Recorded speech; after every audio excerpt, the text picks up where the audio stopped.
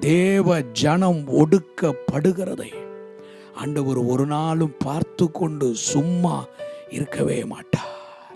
தேவ பிள்ளைகள் ஒடுக்கப்படுகிற ஒடுக்குதலை காணாதவர் போல், கண்டும் காணாதவர் போல் ஆண்டவர் ஒரு நாளும் ஆண்டவர் இருக்க மாட்டார். ஒரு நாள் ஆண்டவர் இருக்க மாட்டார். ஆண்டவர் பார்வைக்கு முன்பா எல்லாம் வெளிரங்கமாய் இருக்கிறது. அவருக்கு மறைவான சிருஷ்டிப்பு ஒன்றும் இல்லை. ஆண்டவர் எகிப்தில் இறங்கி வந்தார்.